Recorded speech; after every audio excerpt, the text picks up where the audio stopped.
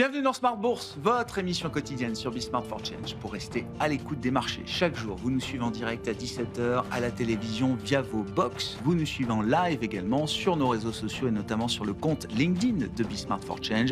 Et vous nous retrouvez bien sûr en rattrapage tous les jours, en replay sur bismart.fr ou encore en podcast sur l'ensemble de vos plateformes préférées. Au sommaire de cette édition ce soir, une échéance importante, l'échéance trimestrielle avec l'expiration de différents produits dérivés sur indices notamment. Nous dresserons le bilan de cette échéance trimestrielle comme chaque dernier vendredi du mois, en l'occurrence de ce mois de septembre, avec chaque troisième vendredi du mois, les trois sorciers de Smart Bourse qui seront avec nous pour décrypter cette échéance et les enjeux de ces marchés avec un CAC 40 qui n'aura pas fait grand-chose quand même sur la période plombée par la crise politique française, mais d'autres indices et beaucoup d'autres indices ont marqué de nouveaux sommets, voire de nouveaux records. On l'a vu d'ailleurs à Wall Street avec un carton plein désormais, puisque à la fois le S&P 500, le Nasdaq, le Dow Jones et le Russell 2000, l'indice des petites et moyennes capitalisations boursières américaines, sont sur des plus hauts historiques. Bilan de cette échéance donc dans un instant avec nos trois sorciers.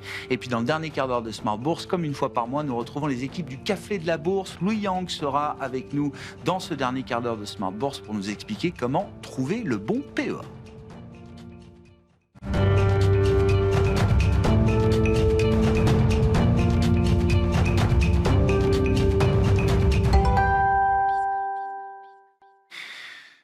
Tout d'abord, tendance, mon ami, chaque soir en ouverture de Smart Bourse, nous retrouvons Pauline Gratel qui vous apporte les infos clés du jour sur les marchés. Bonsoir Pauline. Bonsoir. Journée d'échéance donc aujourd'hui, d'échéance trimestrielle. Oui, l'occasion de faire un bilan pour le mois de septembre en Europe. Pour commencer, les indices évoluent aujourd'hui sans tendance marquée. Le CAC 40 affichait une progression plus nette ce matin, au-delà de 7 900 points avant de réduire ses gains. Sur le mois, l'indice français est en repli de 1% environ, tout comme le Stoxx 600. Aux États-Unis, on constate une tendance un peu différente. Oui, la tendance est positive pour les indices actions américains aujourd'hui et sur le mois de septembre, avec des records à la clé pour le S&P 500, le Nasdaq, le Dow Jones et même le Russell 2000. 4 records inédits depuis 2021.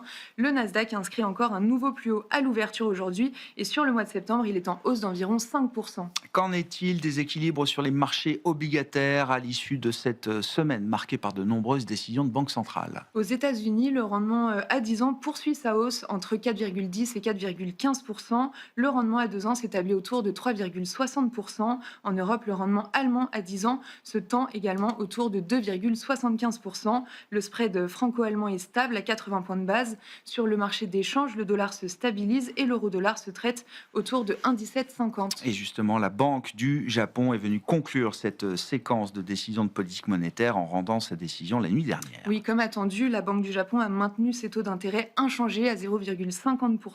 À l'issue de la réunion de politique monétaire, la Banque du Japon annonce également commencer à vendre les ETF actions qu'elle avait massivement achetées ces dernières années. Le rendement japonais à 10 ans se tend à 1,65%. Le yen s'est apprécié et le Nikkei a terminé dans le rouge. L'actualité des entreprises avec la publication de FedEx saluée par le marché. Oui, le titre est en hausse de plus de 2% dans les premiers échanges après avoir gagné 5% hier soir après bourse. FedEx fait état d'un chiffre d'affaires et d'un bénéfice supérieur aux attentes pour le trimestre. En juin, l'entreprise avait suspendu ses prévisions annuelles à cause de la guerre commerciale, des prévisions rétablies aujourd'hui.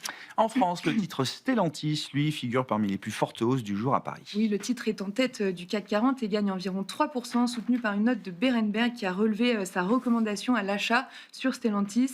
Le broker indique que les stocks aux États-Unis sont mieux maîtrisés et qu'une vague de lancement est à venir.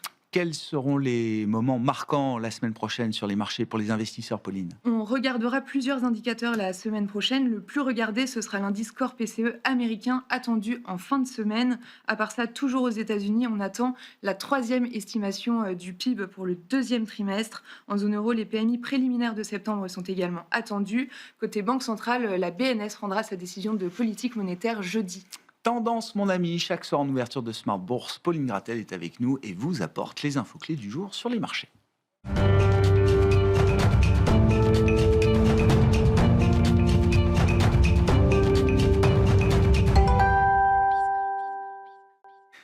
3 invités avec nous chaque soir et 3 sorciers avec nous chaque 3e vendredi du mois pour cette échéance de rentrée, une échéance même trimestrielle. Jean-Luc Hussac est avec nous en plateau, Perceval Finance Conseil. Bonsoir Jean-Louis.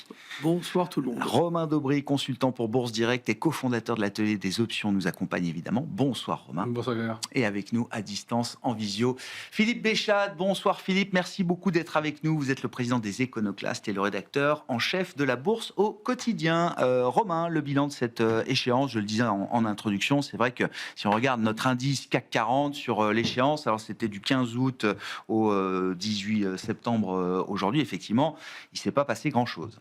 Non. Enfin, il s'est passé beaucoup de choses, mais au final, les niveaux sont à peu près les mêmes. Non, mais la description que faisait Pauline en introduction résume bien les choses. Calme place sur l'indice CAC 40 et du marché américain qui monte. C'est le scénario du jour reflète bien ce qui se passe depuis plusieurs semaines maintenant, voire plusieurs mois. L'indice CAC 40 est plombé depuis juin 2024. Il a subi le trou d'air d'avril dernier comme tous les autres indices, mais il est retourné dans son range précédent. C'est 7546 en bas, 7942 en haut pour l'indice CAC 44. Il faudra sortir de ces bornes pour considérer une tendance. Il y a peut-être un léger mieux qui se met en place depuis quelques temps, mais même si ça se mettait en place, on aurait un mouvement de l'ordre de la taille du range équivalent au range actuel, donc peut-être aux alentours des sommets, peut-être 8300 points, 8350 points. Ça, c'est le meilleur des scénarios qu'on puisse espérer, à mon sens, pour l'indice parisien. Il n'y a pas un momentum fort du tout. Quand vous dites plomber, ça veut dire quoi? Alors, il y a cette idée de range, ça veut dire aussi pas d'intérêt, peu d'intérêt sur les marchés dérivés, par exemple, Romain? Pas du tout d'intérêt. Si on regarde l'indice CAC 40, ça reste avec une position ouverte. Bon, il y a quelque chose de structurel sur le CAC 40 depuis plusieurs mois, années, mais le contexte ne favorise pas les choses. Il y a 160 000 contrats futurs ouverts. C'est quand même très, très bas. Historiquement, on avait plutôt une moyenne aux alentours de 300 350 000 selon les échéances et le moment. Si on regarde l'Eurostoxx, c'est pas très fort non plus. La position ouverte sur l'Eurostoxx, hier soir, elle est à 2 435 000 contrats futurs. En octobre 2022, il y a 4,5 millions de contrats futurs ouverts dans ce moment. Donc, il y a peu d'intervenants dans ce marché, même si ça monte, si ça a progressé depuis 2022 très, très nettement.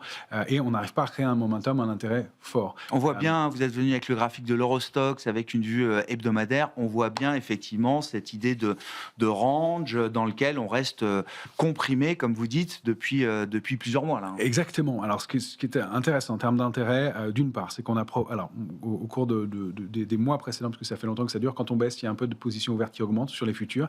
Quand on rebondit, elle se tarit tout de suite. Donc, pas de soutien acheteur, mais pas de pression baissière solide non plus.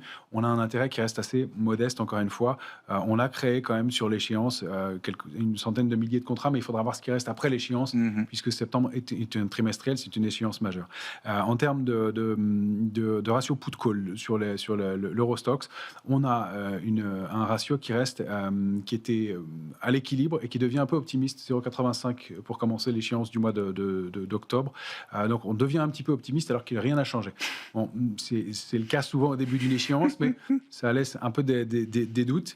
Ce qui est à noter, et j'ai été regardé jusqu'au mois de décembre, c'est qu'on n'a pas d'intérêt, les opérateurs, on l'a signalé déjà, je crois que la dernière fois qu'on s'est vu, pas d'intérêt au-delà de 5500 sur l'Eurostoxx, sur les marchés dérivés, ce qui veut dire que on peut le franchir. Si c'était le cas, ça pourrait déclencher un mouvement et une accélération haussière. Ça prendrait un peu par surprise des opérateurs qui ne l'envisagent pas, même jusqu'en décembre. Donc 5005 est un gros plafond de verre, 5469, 5544, cette zone-là. Mais 5005, un gros plafond de verre. Si on regarde le CAC 40, c'est la zone 7008, 8000 qui est vraiment la même zone maximale d'intérêt détectable. Au-delà, les intérêts s'évaporent. Exactement. Donc après, il est arrivé qu'on déborde ces niveaux-là. Ça peut être le cas. Mais dans ce cas-là, ça crée des phénomènes d'arbitrage. Les opérateurs qui n'avaient pas envisagé les mouvements au-delà de ces niveaux-là alimentent le mouvement qui accélère. Donc on peut l'envisager de ce côté-là aussi. C'est plus du côté des marchés américains qu'on voit des signaux un peu étonnants. Enfin, étonnants. Le marché monte et le ratio put-call qui était à l'équilibre en optimisme à 0,80 passe pour le mois d'octobre à 0,63. Donc là, on est carrément complaisant. D'accord. On passe, alors souvent au début d'une échéance, on est un peu moins protégé. Il y avait des intérêts qui vont être dégagés. Mais je regardais sur un an, à l'échéance des marchés dérivés du septembre dernier sur le S&P, on avait 5% d'intérêt en moins. Donc on a pas mal progressé, mais l'intérêt n'est pas beaucoup plus fort. Ça étaye toujours cette idée qu'il y a beaucoup de retail qui ont payé ces mouvements. qu'il n'y a pas de gros, beaucoup de gros acteurs qui sont en retrait de ce marché, même s'ils continuent à progresser, même si on n'a pas de signe de baisse sur les indices. Mais on commence à atteindre des cibles importantes sur les indices américains et 6660 sur le S&P par exemple. On voit qu'on devient assez complaisant et que l'intérêt est là et dans le sens de la tendance, mais qui n'est pas très fort non plus. Donc un peu de prudence. Et puis on commence à avoir, on y reviendra plus en détail, quelques signaux d'euphorie sur le marché. Oui. Sur certaines poches de marché. Tu parles, Je pense que vous avez compris qu'il s'agissait par exemple d'Oracle. Je ne dis pas que ce soit pas justifié par rapport à mais une capitalisation, une telle augmentation de capitalisation d'une seule séance sur un titre. C'est pas une micro-cap, quoi. Non, ça commence ils ont créé un LVMH en une séance en valorisation. Ça commence à être des signes d'excès, de comportement en tout cas, qui laissent à penser que voilà, il va falloir commencer à être prudent. En tout cas, à court terme, le risque est asymétrique et à moyen long terme, je pense qu'il est temps aussi d'être un peu prudent. Bon. Deux histoires différentes là entre les marchés d'actions aux États-Unis et ce qui se passe en Europe. Comment vous regardez cette situation, Jean-Louis? Est-ce que le fait qu'on soit très rangé comme ça en Europe, est-ce que c'est pas aussi le reflet d'une situation de risque que tout le monde intègre et prend en compte depuis longtemps maintenant? Oui, bien évidemment. On n'a pas la même visibilité. Alors c'est vrai que la visibilité aux États-Unis, elle est, on va dire, elle est bonne quelque part. Elle est presque euphorique. Parce qu'il y a une réalité qui fait que... Après, est-ce qu'elle est trop chère payée, cette réalité de perception des choses? Probablement, oui, peut-être. Mais quand c'est pas Oracle, c'est Intel. Et quand c'est pas ça, c'est autre chose. Enfin, il y a toujours une bonne nouvelle qui vient booster. À un moment donné, le marché envoie des signaux où on a l'impression qu'il va peut-être retracer un petit peu plus, qu'il va s'arrêter un peu. Ça repart. Et souvent dans la même séance, avec la Fed, on a vu, à un moment donné, on va chercher un point bas mercredi. Je me dis, tiens, ils n'ont pas l'air d'apprécier ce que dit Powell. Et puis tout d'un coup, ça repart. Et le lendemain, d'ailleurs, je tweetais à un moment donné, mais qui paye entre 8h et 10h alors qu'il est donc... Heure française? Oui, heure française, alors qu'il est 2h du matin là-bas, qui achète. Je trouve ça très bizarre. Donc, peut-être les Européens, non? Non, ça m'étonnerait pas à cette heure-là. Quand on voit il se fait autant de volume dans la nuit, qui s'en fait en 5 minutes dans la journée. Donc non, franchement, ça monte dans le vide à ce moment-là, vraiment dans le vide. Je ne sais pas. Ça paraît comme ça, manipulé. On a l'impression qu'il y a tout d'un coup, il se passe quelque chose. Il y a une croyance derrière Trump que Donald Trump fera tout pour soutenir le marché action, que c'est un point de focalisation aussi pour lui, etc. Ça ne répond pas à la question qui paye à cette heure-là. Bon. Après, sur le marché européen, le CAC, par exemple, il a fait plus ou moins 3 depuis le 2 mai. D'accord. À peu près. Plus ou moins 3% pendant ce temps-là. Donc après le rebond post-Liberation Day, il ne s'est plus rien passé, à part une marge de fluctuation de... Et pendant ce temps-là, le SP500 a fait plus 16%. Voilà, dans une même période. Bon. Alors à corriger du dollar, hein, mais alors, oui. Alors, ce que j'allais dire, qu'est-ce qui pourrait plomber le marché européen? Déjà, la guerre en Ukraine. Déjà, ça, c'est vraiment un caillou dans la chaussure. Pour vous, ça pèse encore aujourd'hui? Oui, parce qu'à un moment donné, ça va plus. Quoi. Non, mais comme ça fait 3 ans que ça dure, on se dit les investisseurs s'habituent à tout, et c'est un nouveau régime pour eux, et c'est intégré. Mais la dégradation des relations de l'Europe avec la Russie n'est pas normale. Enfin, il y a un truc qui ne va pas. Alors, bon, ça profite à qui? Après, à vous de voir. Mais il y a eu ensuite, évidemment, l'euro qui a fortement progressé, qui n'est pas, évidemment, un facteur positif pour les actions exportatrices et les belles valeurs du CAC, en fait, et puis européennes dans leur ensemble. Bon, voilà. Alors, ça freine. On voit de nombreux démarrages, à un moment donné, d'ailleurs. Romain t'en a parlé, il y a du mieux, parfois. Il y a du mieux, parfois. Mais le lendemain, c'est fini. Parfois, ça s'arrête tout de suite. On a vu des marchés qui montent bien, et puis dans l'après-midi, ils repèrent 1,5 fois plus. Alors, on fait parfois 2 pas en avant, pas 3 quarts en arrière, voire 2,5. Donc, pour l'instant, si vous voulez, les retracements sont trop forts pour qu'on ait un message positif. On voit que derrière, il y a des démarrages un peu, bon, ça va aller mieux, et puis derrière, plus rien. Alors, qui vend, c'est pareil, ça vend. Les volumes, en effet, sont extrêmement faibles. Sur les dérivés, il n'y a plus rien. De toute façon, je regardais entre 11h50 et 12h l'échéance des contrats Eurostoxx. Il s'est fait sur les valeurs françaises, puisque il y a quand même les valeurs françaises sont les plus représentées dans l'Eurostoxx, bien sûr. Eh bien, il y avait 500 millions échangés. Il y a une époque, il n'y a pas si longtemps que ça, il y avait 2 milliards à cette heure-là. Donc, il n'y avait rien. Et c'est une trimestrielle, hein, on parle d'une trimestrielle, bien sûr, on ne parle pas d'une hebdomadaire. Donc, il n'y a pas d'intérêt. Et puis, donc, sur les actions, oui, on voit des démarrages. Alors bon, un jour, c'est Stellantis, un jour, c'est... Là, ce matin, moi, j'avais fait un peu d'Imeris, elle était pas mal, plus 4, mais là, elle était à plus 2 tout à l'heure, et je ne sais pas comment elle va finir. Pareil, il y a plein de valeurs. Kering. Alors oui, Ah, bon, ben, ça, c'est un cas particulier. Là, il y a des grands mouvements. Elle a beaucoup baissé. D'abord, elle a énormément baissé. Après, c'est un problème de gouvernance. Donc, ça c'est en train de bouger à ce niveau-là. OK, là, il y a Il y a une histoire. Il y a peut-être un truc. Il y a vraiment quelque chose. Ouais. Il faut qu'il y ait une histoire, en fait. Oui, non, mais... Et que ce soit pas cher et qu'il y ait une histoire. Ah ouais. Après, non, mais les VI, alors les volatilités implicites, alors, peut-être que sur le ratio call-put, il y a un peu de complaisance, notamment sur le marché américain, mais on a toujours une voile à 14, 13, 14. Quand ça va bien, un peu d'euphorie, c'est 13, mais c'est pas de la complaisance, 13. Quand c'est normal, c'est 14, et quand il y a un peu de stress, ça monte tout de suite à 15, 16. Et donc, on a des achats de précaution. Et on se retrouve dans des marchés qui sont toujours sans effet domino potentiel. C'est ce que j'écris tous les jours. Je dis, je ne vois pas ce qui pourrait déclencher un effet domino. Un collapse, quoi. Ouais. Et donc, les marchés sont toujours bien orientés, mais il n'y a pas de relais. Et c'est vrai qu'on traîne la patte. Et donc, c'est difficile de se dire, mais... Quel pourrait être maintenant le déclencheur d'une hausse qui ferait changer le régime? Alors moi, je pense que la guerre en Ukraine, pour moi, est un facteur aujourd'hui qui pèse lourd. J'entends. Et sur le moral, sur les menaces que ça induit, si vous voulez, les effets collatéraux potentiels qui sont encore présents. On ne sait pas qui pourrait prendre des décisions un peu folles à un moment donné. Donc ça reste un vrai caillou dans la chaussure. Oui, je pense que oui. Et voilà, et c'est pour ça qu'il ne se passe rien en même temps. L'idée de fond reste quand même que les marchés américains sont trop cher payés et qu'il faut quand même doucement arbitrer vers l'Europe. Se diversifier. Que dans une perspective 2026, l'Europe pourrait rattraper de son retard.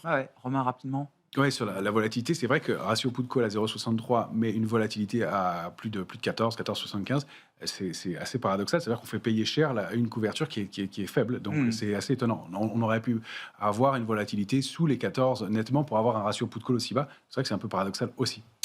Philippe, votre bilan de cette échéance, et je veux bien vous entendre. Alors maintenant, il va falloir s'habituer puisque le Russell 2000 a rejoint le Nasdaq, le S&P, le Dow Jones pour atteindre à son tour des niveaux historiques. Et ça fait déjà une paire d'années au moins qu'on n'avait pas vu ce tir groupé des 4 grands indices américains. Oh non, ça fait pas une paire d'années. Je dirais, c'est jamais. Jamais en une seule séance de bourse, on a vu les 4 principaux indices US battre leur record simultanément. Tandis qu'au Japon, le Topix et le Nikkei ont également battu des records. Donc, les 6 plus grands indices mondiaux au zénith au même moment, c'est jamais. Voilà. Quant au Russell 2000, le dernier record remontait à novembre 2021, ce qui ne nous rajeunit pas. Alors, on se demandait qu'est-ce qui pourrait bien arrêter le marché. Moi, je regarde les taux longs depuis déjà des semaines et finalement, ça n'arrête rien. On est à 4,75,5 sur le 30 ans US. Personne ne s'en préoccupe. On est à 3,33 sur le 30 ans allemand. C'est le pire niveau qu'on ait eu depuis le 4 juillet 2011. Tout le monde s'en fiche. Et puis ce matin, le 10 ans japonais s'est pris une barre. Ça nous a envoyé les rendements à 1,60. Mais finalement, ce matin, ça n'a pas empêché le CAC d'aller chercher 7934, de gagner presque 1%. Les lois du marché ont complètement changé. Avant, c'était toujours une comparaison entre le taux sans risque et le rendement des actions. Maintenant, on a 4,75 sur du 30 ans US, on a 1,5, même pas sur le Nasdaq. On s'arrache évidemment le Nasdaq. Alors, je vais quand même citer quelques chiffres pour mettre en perspective là où nous sommes. Alors, tout d'abord, le Nasdaq, pour la première fois de l'histoire, sa capitalisation aujourd'hui vaut 105% du PIB américain. Je rappelle qu'en 2000, au plus fort de la folie Internet, on était autour de 75%. Donc là, on est pratiquement 40% au-dessus. On a aujourd'hui, et là aussi c'est un record historique, 34% de valeurs composant le S&P 500, dont le ratio capitalisation sur chiffre d'affaires ou vente est supérieur à 10. Et on a dans l'ensemble un S&P 500 qui se paye 3,28 fois le chiffre d'affaires. Je rappelle qu'en 2000, c'était autour de 2,60. Donc, on n'est que sur du hors norme où qu'on se tourne. Et en plus de ça, ça fait effectivement maintenant des années qu'on a des hausses funiculaires, sans volume, avec des opérateurs qui ne se couvrent même pas, tellement ils sont sûrs que ça va continuer. Qu'est-ce qu'il faut en tirer, Philippe, comme conclusion? Parce que vous dites hors norme, à partir du moment où c'est du hors norme qui dure, est-ce que ça ne devient pas une nouvelle norme? Alors j'entends vos ratios, après les profits générés par ces entreprises deviennent tellement stratosphériques que effectivement, il y a peut-être un new normal qui s'installe de ce point de vue-là. Oui, le new normal, il s'est instauré. Là encore, ça ne va pas nous rajeunir. C'est au all-in monétaire de la mi-mars 2009. À partir du moment où on a commencé à imprimer de l'argent et qu'on s'aperçoit très vite que la monnaie, l'argent qu'on crée ex nihilo, d'un clic de souris, on s'aperçoit que ça devient du collatéral. Alors pour ça, il y a des mécanismes qui peuvent expliquer pourquoi on crée de l'argent et que l'argent devient quelque part la garantie des engagements à terme sur les marchés financiers, et on préfère évidemment les actions qui ont un momentum plus important. Donc oui, on sait depuis qu'on imprime de l'argent que c'est ça qui fait monter les marchés, et que les déficits sont, je dirais presque, le carburant des marchés. Et voilà que Trump nous fait autant de déficits depuis son élection, depuis son investiture, puisque là, maintenant, ça y est, il a les manettes. Donc, on va vraiment lui attribuer, pour faire revenir à César ce qui revient à une espèce de super César, en tout cas dans sa tête. Il est aujourd'hui sur un rythme de creusement des déficits qui est comparable au all-in du Covid. Les chèques fédéraux, on était à 2000 milliards de dettes en plus en rythme annuel. On y est. On y est aujourd'hui. Et c'est pas en 2026 que ça va s'arrêter avec la perspective d'une année d'élection de mi-mandat, j'imagine, Philippe. Oui, déjà, on avait beaucoup reproché à Biden d'avoir essayé d'acheter les élections en creusant les déficits avec le succès que l'on sait. Bon, ce qui semble aujourd'hui être la motivation, c'est que c'est pas tenable et que qu'est-ce qui va se passer? On va vers un rétablissement de la planche à billets. Donc, ça veut dire que le dollar va continuer de se torcher. Ça veut dire que l'or, l'argent et probablement tout ce qui est un petit peu actif concret devrait repartir de l'avant. Je pense qu'on en reparlera plus tard dans l'émission. Il est clair que si on a eu là 12, j'ai compté, on a eu 10 semaines de hausse sur 12 depuis le 20 juin dernier, depuis la précédente séance des cas sortir. Donc, c'est une véritable omnubilation haussière. 10 semaines de hausse sur 12, 6 mois de hausse sur 6, on est au-delà de ce qui est psychologiquement explicable. Donc la seule corrélation que j'établis, évidemment, mais c'est la même et je l'ai déjà maintes fois évoqué, c'est que plus la dette gonfle, plus les cours de bourse s'envolent. Ça, c'est voilà. Bon, mais vous l'avez dit quand même, Philippe. Un des corollaires de cette situation, c'est quand même aussi la chute du dollar. Je voulais qu'on y revienne. Romain, vous êtes venu avec le graphique de l'euro-dollar avec une vue mensuelle, justement. Alors c'est vrai que la première partie d'année 2025 a été un moment de très forte baisse du dollar et donc de forte progression de l'euro-dollar. Est-ce que ça se calme ou est-ce qu'on en est là aujourd'hui? Je ne peux pas vous répondre. Non, il y a un faux signal. C'est déjà une réponse. Mais non, c'est toujours très compliqué avec les monnaies. C'est pour ça que je vous ai entouré en rouge cette fausse sortie pour l'instant, mais on est en cours de mois encore, puisque c'est un graphique mensuel que vous avez sous les yeux, du range 1,1422, 1,1782. 1,1782, c'était une cible graphique légitime, assez parfaite, du range 1,0515 à 1,1140. Quand on est sorti par le haut, c'était la cible qui correspondait. On était allé la chercher parfaitement. On est en range depuis sous ce niveau-là, sauf qu'on a fait une fausse sortie et qu'on devait aller chercher les légitimement une zone située autour de 1,2156. Dans une zone de prix qui est à 1,2156 pile, dans cette zone de prix 1,2092, 1,2228. Maintenant, il y a une fausse sortie et c'est contre-pied. Graphiquement, c'est jamais un très bon signal. Donc, est-ce qu'il y a quelque chose qui s'invalide? Alors, on est en cours de mois, donc c'est pour ça que je le disais en plaisantant, je ne peux pas vous répondre. C'est autour de ce niveau de 1,1782, à mon sens que ça se joue. Si on repasse au-dessus, on va aller chercher la cible. Si on reste sous ce niveau-là, eh bien, ça revient au moins à 1,1422 pour l'instant. Il y a moins de momentum là sur l'euro-dollar aujourd'hui, Jean-Louis? Là, c'est vraiment difficile de répondre à cette question. A priori, les parités comme l'eurodoll obéissent vraiment à des politiques monétaires clairement définies. Bon, là, Powell a expliqué qu'il allait baisser encore les taux 2 fois, alors qu'on attendait plutôt une fois pour 2025 et puis après 2026. La tendance reste haussière sur le plan technique, ça c'est certain. Moi, je ne regarde pas les sorties mensuelles comme ça, parce qu'après, ça sort, quoi. Il faut y aller. Sinon, si on attend la fin du mois, on risque d'être 300 pips au-dessus. Alors, bon, la seule chose qu'il y a à dire, c'est que ça reste haussier. Et dans ce genre de configuration de marché, on cherche à rentrer à l'achat. Bon, c'est vrai que l'extension, la dernière, elle est violente. On avait fait une petite sortie par le bas aussi, juste avant. C'était un peu un signal de neutralité, quelque part, puisque là aussi, on dérivait un peu. Et on est reparti très violemment. Donc, le fait de retracer la moitié, par exemple, de la hausse, de la dernière hausse, ça ne serait pas un scandale. Maintenant, il n'y a pas grand-chose à dire là-dessus. C'est en fonction de comment on va avancer en Europe, comment on va avancer.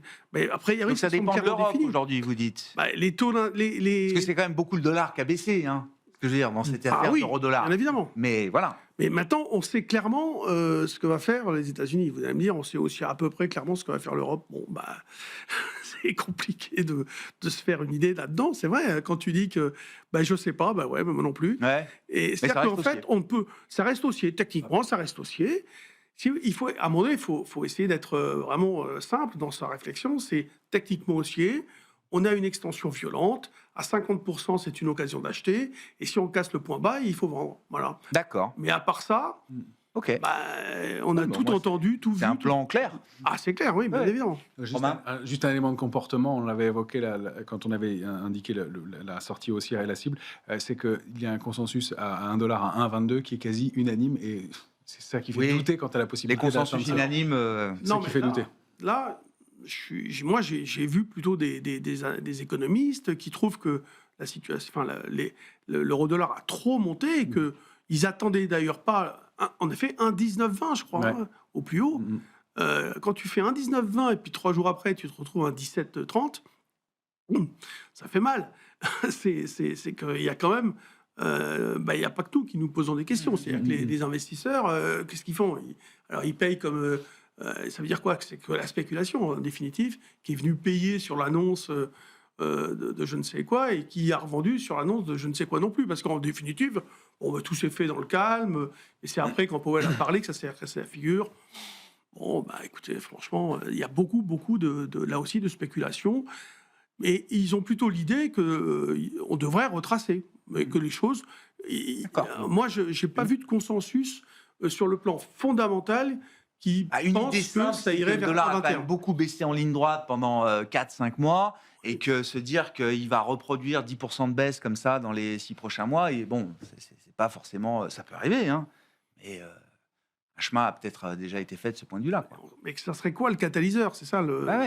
Pour une baisse supplémentaire du dollar. Alors après, c'est vrai. C'est ça. Il va y avoir des problèmes budgétaires. Déjà été intégré. Il y a des problèmes, parce que les problèmes budgétaires sont il faut qu'il boucle son accord avec les Chinois sur les taxes, parce que sans ça, il ne va pas boucler le budget non plus. Ça va être compliqué. Philippe, je vous repasse la parole. Et vous évoquiez le Japon tout à l'heure. La Banque du Japon, alors j'entends la planche à billets, etc. Bon, là, on a une Banque du Japon, alors qui n'a pas monté ses taux, qu'il fera peut-être à sa prochaine réunion. Il y a eu visiblement des velléités au sein de son comité pour un nouveau mouvement de hausse de taux. Mais il y a surtout la politique de bilan de la Fed qui a été assez pionnière en la matière, Philippe. Et là, la Banque du Japon, pardon. Et là, la Banque du Japon annonce qu'elle va commencer à réduire un petit peu son son bilan à travers des ventes des ETF qu'elle a achetés. Rappelons que la Banque du Japon a acheté massivement des ETF actions. À un moment, j'avais même en tête qu'elle avait 50% du marché japonais, enfin d'ETF actions japonaises. Absolument, c'était le plus grand hedge fund de la planète. Voilà, devant peut-être la Banque nationale suisse. C'est ça. Là, Eux, ils achètent les actions en direct, donc c'est encore autre chose. ouais, non, on va pas comparer un sumo à un combattant Poicoc, même si j'aime bien les Helvètes. Donc oui, c'est une annonce majeure. La BOJ a été un des soutiens indéfectibles de la bourse du Japon, et ça depuis plus de 10 ans. Hein. Alors, qui va aujourd'hui acheter des actions japonaises? En tout cas, ce qui se passe au troisième trimestre laisse songeur. On a un Japon qui perd son gouvernement. On a un Japon qui est mis à l'amende de 500 milliards par Trump, qui se vante en disant « Je leur ai fait cracher 500 milliards, c'est du pognon, j'en fais ce que je veux. Merci, merci madame Onoté. » Et derrière, vous avez 18% de hausse du Nikkei. 18% là, sur le troisième trimestre. Et plus de gouvernement à la sortie. Et aujourd'hui, on découvre des dissensions au sein de la Banque centrale du Japon. Et il était temps qu'elles apparaissent, parce que de toute façon, la situation n'est absolument pas tenable. Donc aujourd'hui, bon, ils ont repoussé encore probablement de 6 semaines le moment où ils vont relever les taux. Je pense qu'ils s'attendent qu'il y ait un nouveau gouvernement avant de prendre une décision. Sinon, ça serait jugé peut-être comme mettre des bâtons dans les roues du prochain Premier ministre. Voilà. Donc, on est dans l'incertitude totale. La Chine ralentit. C'est quand même un des principaux partenaires économiques. On a l'impression que plus ça va mal, plus il faut acheter des actions, y compris japonaises, et y compris si le 30 ans est au plus haut historique, parce que c'est bien le cas. Le Japon est une sorte effectivement de mystère, je dirais même de miracle, à moins qu'on en revienne à ce constat que plus on a de dettes, plus on est obligé d'imprimer de l'argent, et le Japon, pour filer 500 milliards à l'oncle Sam, va bien falloir qu'ils en impriment. Plus on imprime d'argent, plus ça fait monter les actions. Enfin, un peu d'inflation, c'est quand même pas mauvais pour les actions non plus, Philippe. Dans un pays qui a connu des décennies de déflation, un peu d'inflation, et ils sont pas à 10% d'inflation, loin de là. C'est quand même bon pour un certain nombre de business, de chiffre d'affaires, de marge derrière, etc. Il y a aussi cet aspect-là quand même qui compte, Philippe. Non, c'est pas une inflation très saine, c'est une inflation notamment des prix alimentaires. Ça plombe le pouvoir d'achat des classes moyennes qui se paupérisent. Hein. C'est un peu comme chez nous d'ailleurs. Hein. Les retraités, ils se paupérisent beaucoup plus vite que nous, parce qu'au Japon, les retraites sont quand même un petit peu indexées sur l'argent collecté, hein, pour les futures retraites. Donc, on a un consommateur japonais qui va pas fort. Donc, vous avez de l'inflation et vous avez une consommation qui baisse. Vous additionnez les deux, ça fait stagflation. Et vous avez un Nikkei qui n'arrête pas de grimper. Enfin, je le répète, on est quand même dans une espèce de miracle permanent, et où le carburant, je le répète, semble être la dette, l'impression monétaire. Alors, Jean-Louis Cussac, un mot, et puis à propos du miracle, on va parler du Nasdaq. Je pense à l'euro-dollar. C'est vrai qu'il y avait eu une accélération aussi à la hausse de l'euro-dollar sur le fait que Trump cherchait à influencer la Fed dans sa politique monétaire de manière un peu violente. Cavalière, oui. Et du coup, ça avait affecté le dollar, qui est sorti renforcé du fait qu'en fait, la Fed a pris une décision qui allait plutôt dans son sens, mais sans l'influence qu'il aurait voulu donner. Il n'y a pas eu autant de dissidents que ça au sein de la réserve fédérale américaine. Ils n'ont pas baissé de 50 points de base. L'ISACU qui a pu siéger, etc. Ça, c'est ça. Ça a rassuré sur la situation. Bon, oui, oui, derrière la baisse du dollar, il y a évidemment j'allais dire, la pression politique mise Ouais, ça par a pas Trump été sur bon, un ça. certain nombre d'organisations, d'institutions fédérales, et la Fed en est une parmi d'autres. On parlait de miracle, donc je veux bien qu'on dise un mot. Vous êtes venu avec des graphiques tech, Romain. Donc il y a le Nasdaq 100 en vue mensuelle, et puis il y a la tech européenne. Alors évidemment, deux histoires complètement différentes. Qu'est-ce qu'on peut dire rapidement de ces situations techniques de marché là Bien, on arrive sur la borne haute du canal haussier pour le Nasdaq? pour le Nasdaq en mensuel qui a été testé 8 fois au moins depuis 2023. Donc, depuis 2022. Mhm. Donc, et on arrive une fois de plus sur la borne haute de ce canal qui a été testé cinématiquement. Quand j'ai mis une ellipse, c'est que la touche est parfaite sur le canal. D'accord. Donc, il y a quelque chose de très très propre. Là, en mensuel, on est en train de d'effleurer le niveau. Est-ce qu'on va réussir à continuer à se réinstaller au-dessus? Est-ce qu'en haut de marché, en haut de canal, après une progression de 200% en 5 ans, on va recréer du momentum et à sortir par le haut d'un canal haussier? On peut dire, sans plaisanter, que le momentum commence à diverger par rapport au prix aussi. Donc, voilà, c'est une question et un point graphique Donc, prudence intéressant. quand même, vous dites, c'est le message un petit peu Prudence maintenant, Ouais, oui. d'accord. Clairement, le risque est vraiment asymétrique sur les indices américains. Quand il y a des histoires magnifiques, on voit Oracle, effectivement, Ouais, Broadcom, il y a des choses qui se mettent en place. Intel qui repart des enfers, mais pour une annonce, enfin une injection de liquidité. On voit Nvidia qui patine, qui s'arrondit un peu contre un gros niveau, 182, 90. Il y a quand même des choses qui commencent à caler. Puis il y a les Chinois qui arrivent, qui commencent à faire vaciller, poser des questions. Le modèle est plus exactement le même. Donc, prêt à se couper de Nvidia d'ailleurs. donc, prêt à se les couper Chinois. d'NVIDIA, même si on la joue fair play pour l'instant, ça peut gêner chez NVIDIA quand même. Donc voilà, il y a quand même des questions à se poser de ce côté-là, ne serait-ce qu'en termes de... Beaucoup, ça ne veut rien dire en bourse, mais il y a des niveaux qui sont quand même Ça importants. s'accumule, quoi. Et c'est le même niveau sur le S&P, c'est 6660 points. Donc, il y a des D'accord. questions à se poser de ce côté-là. Bon, et côté tech européenne, alors, on n'a pas beaucoup parlé ces derniers temps parce que c'était pas, il n'y avait pas Parce grand-chose à dire de positif, en tout cas. Parce qu'on est dans un range depuis Ouais. des années, qu'on voit ici, borné en bas sur le texte, le Stoxx Europe 600 technologique, avec 761 en bas, 893 en haut.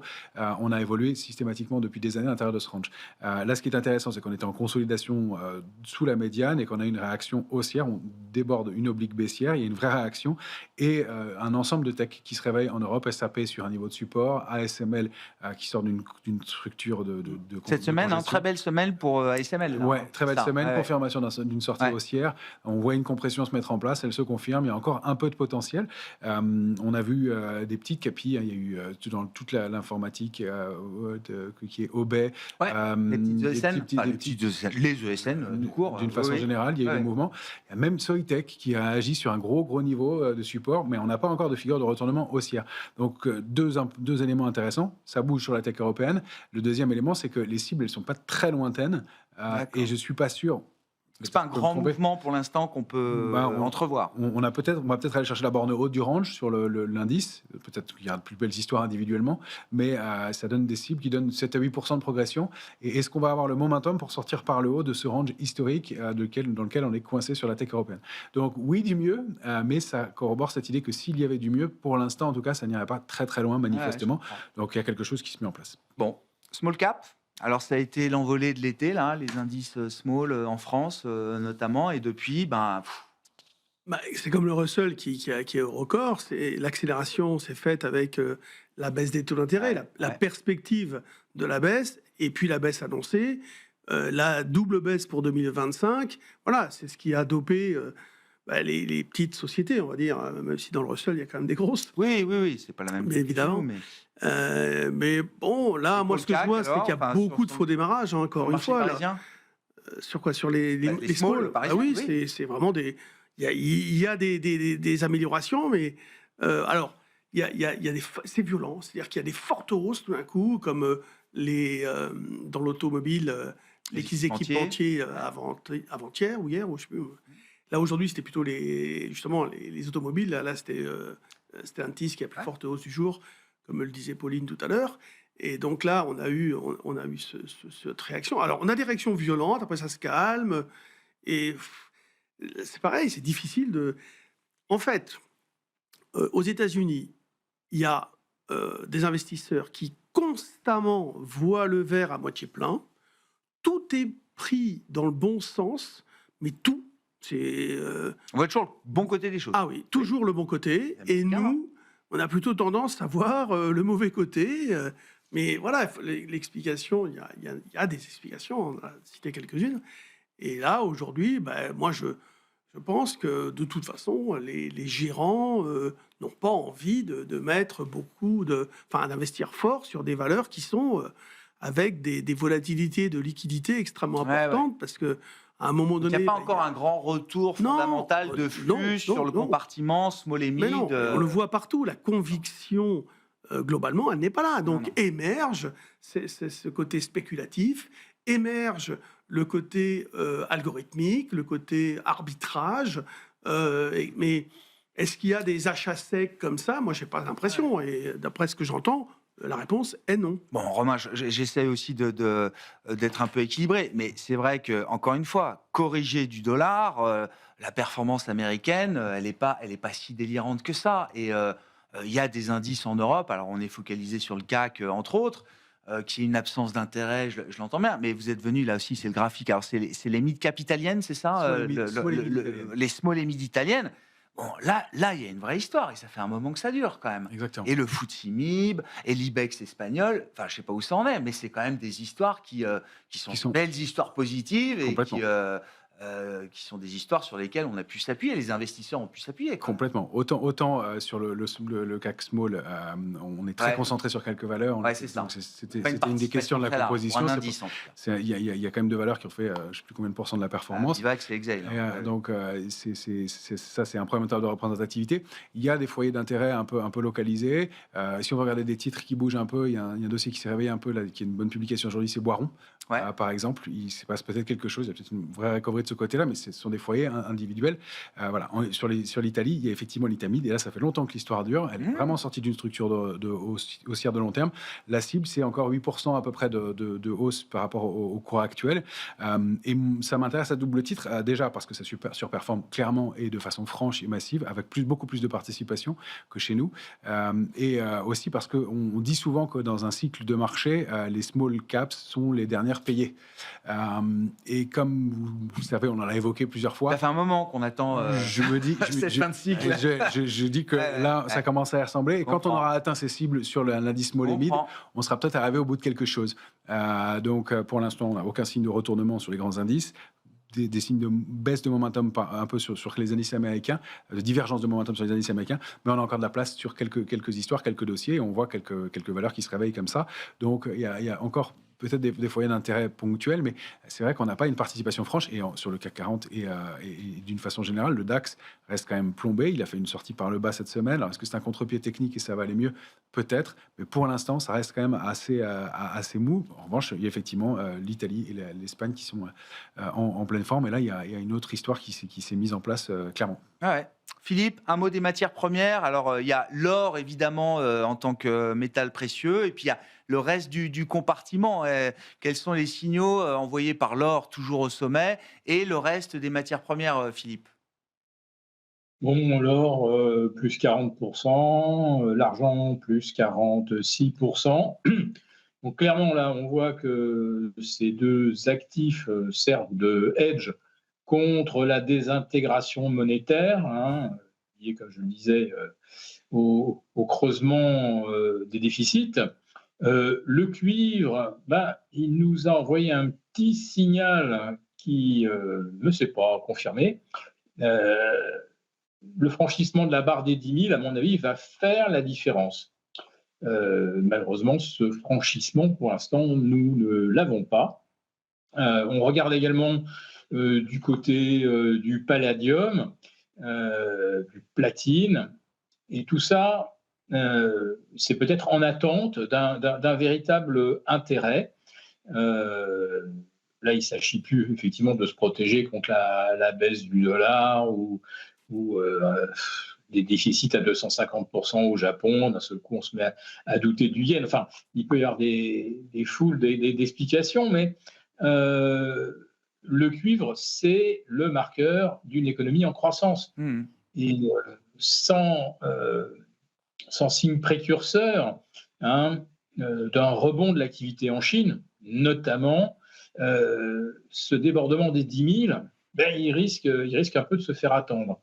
J'ouvre juste une petite parenthèse au sujet de la Chine, parce que pour moi, l'annonce vraiment importante de la semaine, hein, outre la BOJ qui décide de revendre une partie des ETF qu'elle détient, c'est que Xi Jinping dit vous n'achetez plus de puces Nvidia, hein, ou les géants de la tech, ou même les pas géants de la tech chinois, avec effet immédiat, et vous achetez des produits locaux ou des produits maison. Et ça fait déjà plusieurs semaines, maintenant de quelques mois, que je piste des petites études qui sont publiées et qui semblent corroborer l'idée que les Chinois ont trouvé des moyens de graver à des niveaux de performance équivalente à TSMC ou ASML. Autrement dit, la Chine n'a pas 5 ans de retard. Elle a pris son indépendance technologique. Il semble le croire. Et si effectivement les Chinois se mettent à produire, alors cette fois-ci en masse, des puces, puisqu'ils cesseraient de les importer de Taïwan, ils cesseraient de les importer des États-Unis, alors je pense qu'effectivement les Chinois auront besoin de pas mal d'argent parce que pour une bonne conductivité et les puces les plus performantes, il faut ou de l'argent ou de l'or. 30 secondes, Romain, vous êtes venu avec un graphique d'un index sur les actions chinoises, c'est ça? Et c'est vrai que ça a été là aussi, c'est des actions qui surperforment déjà depuis quelques temps. Voilà, très pondérant en technologique chinoise, ça surperforme, on est en train de dépasser un niveau important, 126,50 premier gros niveau cible, et puis pourquoi pas 153 pour des extensions. Manifestement, les opérateurs payent cette histoire de tech. Ouais, c'est ça. La tech, c'est déjà un effet tech. De l'histoire, voilà, le P800 de Baidu, ça a fonctionné. Et graphiquement, on voit des retournements de tendance qui sont puissants. On avait évoqué Alibaba il y a quelques temps. Et ça s'étend. Jean-Louis, pour conclure. Et les Chinois ont... la puce qui a été fabriquée pour la Chine par Nvidia n'a pas le succès du tout escompté. Tu parles, oui, on leur recommande de ne pas l'acheter. Exactement, donc là ça pose un problème. C'est pas les puces les plus avancées de Nvidia. Exactement, mais c'était les puces pour la Chine. Bien sûr. Donc ils n'en veulent pas, manifestement, ça ne marche pas. Ouais. Non, moi, je pense qu'il faut être très prudent sur les marchés. Moi, c'est vrai que je suis acheteur de titres européens de très grande qualité. J'ai essayé de sélectionner des valeurs plutôt de rendement. Ça, c'est pas récent. Et je suis un peu vendeur sur le marché américain, souvent protégé, souvent hedgé, souvent avec des ventes de poudre, des petits tunnels, des machins. Mais voilà, je suis vendeur plutôt sur les États-Unis à ce prix-là. Merci beaucoup, messieurs. Les 3 sorciers de Smart Bourse avec nous chaque 3e vendredi du mois. Philippe Béchat, Jean-Luc Hussac et Romain Dobré.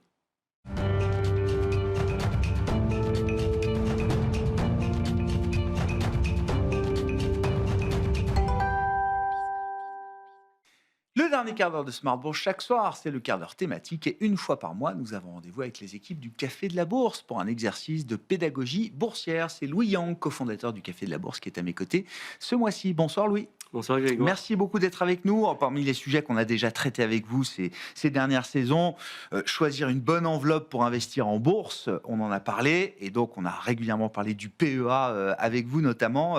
Louis, le thème de cette chronique pour vous, c'est de savoir comment trouver le bon PEA.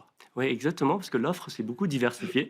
Cette année, il y a le lancement, notamment par des néobanques ou de brokers internationaux, de nouveaux PEA. Donc, ce serait bête de ne pas en profiter. C'est sûr, ça devient alors une jungle, j'en sais rien, mais en tout cas, comme vous dites, une offre qui s'est démultipliée. Là. Exactement, différenciant. Donc, il faut savoir effectivement comment choisir le bon PEA pour son profil. Les règles de fiscalité restent les mêmes. Ça, évidemment, mais derrière ces offres, il y a effectivement des caractéristiques différentes. Quels vont être les premiers critères pour vous à regarder Oui, effectivement, la fiscalité, toutes les contraintes liées au PEA, c'est évidemment la même chose partout. En revanche, le premier critère qui peut être intéressant à regarder, c'est l'exhaustivité en termes d'actifs. Ouais. Évidemment, on est limité dans le cadre du PEA à toutes les entreprises qui sont dans l'espace économique européen. Si on veut prendre des actions, on est aussi limité en termes d'OPCVM ou d'ETF à 75% dans un espace économique européen détenu. Donc, tout ça, en fait, ça ne change pas. Mais il y a quand même des PEA qui vont proposer plus de choses que d'autres. Ouais, donc, par exemple, tous les PEA vont proposer évidemment les titres d'Euronext Paris, ça, c'est sûr. Mais si on veut aller chercher des choses dans des pays un peu plus exotiques en Europe ou des ETF plus spécifiques, on a intérêt à regarder et à sélectionner sélectionner un PEA qui va proposer ça, parce que je pense que dans le contexte actuel, il faut être sélectif et diversifié. Et donc, c'est bien, dès le départ, d'avoir un PEA assez diversifié par rapport à ça. Ouais. Avec la gamme la plus large possible d'actifs disponibles, ou en tout cas intégrables au PEA en l'occurrence. Il y a la partie, j'allais dire, technologique également, qui entre de plus en plus en compte. Vous l'avez dit, beaucoup des nouveaux PEA sont lancés par des néobanques ou des néo-courtiers. Qu'est-ce qu'il y a de nouveau, j'allais dire, dans cet aspect technologique et cette dimension technologique là? Ouais, effectivement, il y a eu beaucoup d'innovations. Ouais. Il y a beaucoup d'innovations sur ça. Déjà, tout ce qui est trading via mobile, l'application. Donc aujourd'hui, avoir une application, c'est indispensable Oui. pour son PEA. Mais en même temps, en fonction du profil que vous avez, c'est quand même important aussi d'avoir une version ordinateur desktop Bien sûr. de qualité, voire pour certains, ceux qui privilégient des analyses graphiques poussées, peut-être un logiciel qui se télécharge. Donc toute cette partie un peu technologique est vraiment très importante aujourd'hui en fonction du profil. Il faut vraiment aller chercher les bons outils qui vont vous aider à la décision. Et vous dites effectivement, trader ou traiter via une application, c'est pas la même chose que trader ou traiter via un ordinateur, PC ou autre, avec une installation plus solide, j'ai envie de dire. Ah oui, c'est différent. Je pense que le mobile, l'avantage, c'est que on l'a dans sa poche, on peut regarder les variations de manière simple, on peut passer des ordres relativement simples, mais dès qu'on veut aller un petit peu plus loin dans l'analyse, ça va pas suffire. Ouais. On va, par exemple, pouvoir passer des ordres directement sur un graphique, on va pouvoir tracer des moyennes mobiles ou d'autres indicateurs qui vont s'afficher de manière assez exhaustive sur son écran. Donc là, il va falloir une version desktop solide à côté, une plateforme de trading solide à côté. Ouais. Ah ouais, de plus sérieux, effectivement, voilà, enfin de l'aspect ludique presque, j'ai envie de dire, sur mobile, on peut basculer dans quelque chose de beaucoup plus sophistiqué, voire Exactement. professionnel ou Ouais, semi-professionnel avec un PC, quoi. Exactement, ouais. Bon, et puis il y a évidemment ce que le courtier, la néobanque apporte également en termes de gestion du PEA. Qu'est-ce qu'on va retrouver comme différentes offres justement dans cet univers Ça aussi, il y a eu beaucoup d'innovations dernièrement sur des PEA pilotés. Qui se calent sur l'assurance vie pilotée, parce qu'avant les PEA étaient principalement en gestion libre. Désormais, il y a de plus en plus de PEA qui sont en gestion pilotée. La gestion pilotée, l'avantage, c'est que l'investisseur qui n'a pas le temps, les connaissances ou qui n'a pas envie de vraiment passer beaucoup de temps, peut confier en fait la gestion de son PEA à une société de gestion professionnelle. Et là, ce qu'il faut regarder au niveau du PEA, c'est l'exhaustivité en termes de gestion pilotée, des profils qui correspondent à vos besoins et aussi la performance passée, même si la performance passée ne préjuge pas des performances. Bon. Mais voilà, donc là, il y a vraiment un niveau de sélection intéressante par rapport à ça. Et de l'autre côté, il y a toujours les investisseurs qui vont préférer la gestion libre. À ce moment-là, il y a les plans d'investissement qui sont aussi beaucoup développés, qui, à mon sens, est intéressant, notamment actuellement où la plupart des marchés sont très hauts. Ouais. Donc, pour pas laisser passer le train, mais ne pas non plus acheter au plus haut, lisser le risque et donc d'entrer via un plan d'investissement, ça peut être très intéressant. Et là, il y a des PEA qui vont proposer ça sur des actions, sur des ETF, sur les deux. Donc, c'est aussi un critère de choix pour certains profils d'investisseurs qui vont être intéressés. Encore une fois, ces différents modes de gestion, c'est aussi des modes de gestion qui correspondent à différents profils d'investisseurs, c'est ça Exactement. Ouais. Autonome, qui a envie de passer du temps, qui a envie de s'investir, ou déléguer la gestion, c'est ça. donner les Et clés la du gestion camion. pilotée, vous dites, je donne les clés du camion, c'est ça, je reprends votre expression. Enfin, il y a un brief, il y a quand même un contrat qu'on passe avec le gestionnaire, mais derrière, effectivement, le gestionnaire prend les décisions à ma place, d'une certaine D'arbitrage, manière. C'est etc. ça. Après, il y a évidemment un check qu'il faut faire de temps en temps Sûr. pour vérifier si ça correspond encore Sûr. à son profil. Ouais. Parce qu'il y a deux éléments. Il y a l'élément performance de la gestion pilotée, mais il y a aussi votre situation personnelle qui a pu évoluer parce que votre horizon de placement est différent, parce que vous avez une rentrée d'argent, vous avez au contraire besoin d'investir ailleurs. Donc effectivement, c'est pas non plus on s'occupe plus de rien, Oui. mais en tout cas sur un laps de temps court-termiste, là on s'occupe de rien. Ouais. Bon, tout ça a un coût. Et donc, on en revient à la question des frais. J'imagine qu'en fonction des différentes possibilités, des différentes offres, est-ce qu'on trouve effectivement des différences de frais importants ? Il y a la loi Pacte qui plafonne Ouais. les frais au sein du PEA, mais effectivement, les frais vont être différents d'un intermédiaire à l'autre et de plus en plus, et surtout en fonction aussi de ses besoins. Par exemple, si on revient sur le plan d'investissement, il y a des néo-courtiers qui vont proposer des plans d'investissement actions ETF entièrement gratuits, d'autres vont proposer un plan d'investissement gratuit uniquement sur les Je ETF. comprends. Au niveau de la gestion déléguée pilotée, ça a généralement été payant, donc c'est des frais de gestion annuels. Supplémentaire. Ah ouais. Mais il y a aussi des nouvelles offres qui vont proposer des tarifs très attractifs. Donc il y a, Ouais. il y a pas mal de critères de choix à regarder, en plus des frais Des classiques. classiques. Alors, la première couche de frais classiques à regarder, c'est les frais de mouvement, enfin de courtage. De c'est ça transactions, De transaction. C'est ça.